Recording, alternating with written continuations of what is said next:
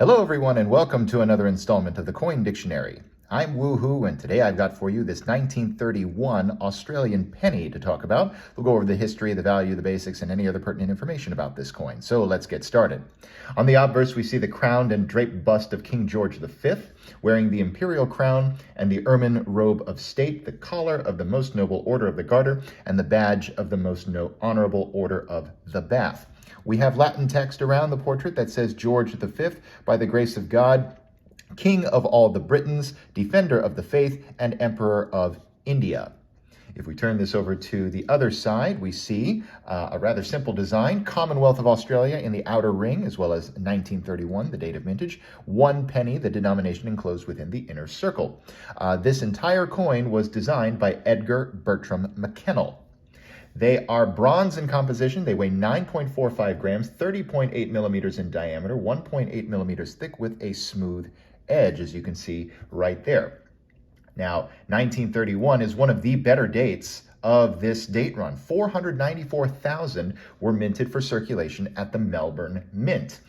In comparison, there are only 2 dates that I'm aware of that are even more rare than that. One being 1925 with 117,600, and the other one 1930, which is pretty much so rare as to become legendary amongst Australian pennies. Now, there are a couple of varieties associated with the 1931 year. One of them has to do with the obverse, and that is the English obverse versus the Indian obverse. Although all of the coins were minted in Australia, in Melbourne, there are some differences, very slight differences, with the obverse of the coin. The English obverse has 177 beads around the outer rim, and the N of OMN right here, the little, the point right there points between 2 of the denticles. There is an Indian obverse, which has 178 beads around the outer rim, and the N actually points directly to a point of this word right here. I think, I'm not that good at spotting varieties myself, but I think I have the English obverse. Then we have varieties according to the date. And it has something to do with the positioning of the 1 in the 1931. There is an aligned date where the 1 is more in line with the rest of the date. And then there's a dropped 1 or a fallen 1 where the 1 appears closer to the rim down here. The example that I have right here in front of you might, and I emphasize the word might, be the fallen 1. My eye's not that trained to look at it, but in extensive research that I've done in looking up this coin, I think I've got the fallen 1 or the dropped 1. Now, what does that mean for value? Well, 1931 being one of the better dates will command a bit of a premium.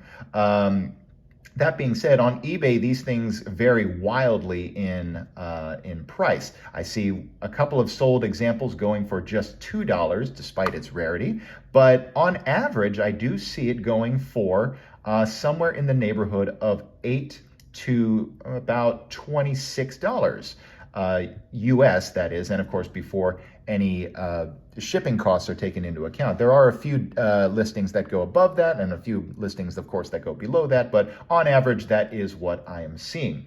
As far as book values go, well, according to the website coinsandaustralia.com, in US dollars, the dropped 1 with the English obverse, the example that you see right here, goes for about $2.30 in fine condition, $7.50 in very fine, $24 in extra fine, and AU50 goes for $110. Mint state grades go for well over $400 into 4 figures. The Indian obverse with the dropped 1 apparently is the most rare variety, and even in circulated condition, that thing can go for almost $5,000 according to their valuations. Anyway, I hope that cleared up some information on this very interesting coin, and I'll see you next time when I've got another coin to talk about.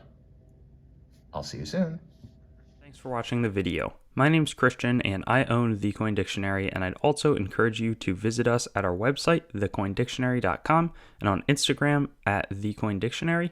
And I'd also like to draw your attention to some other helpful coin resources, such as my other YouTube channel, Treasure Town, which does more in-depth videos about coins and collectibles, as well as some resources like coinmeltprice.com, which shows up-to-date precious metals pricing, as well as the melt values of the coins that you own, coinsmetalscards.com, which will both be a marketplace and a news source for coins, metals, and cards, as the name suggests, as well as whatsthegrade.com, which will develop into a stickering service for already graded collectibles. Have a great day, and I hope to see you on some of our other videos.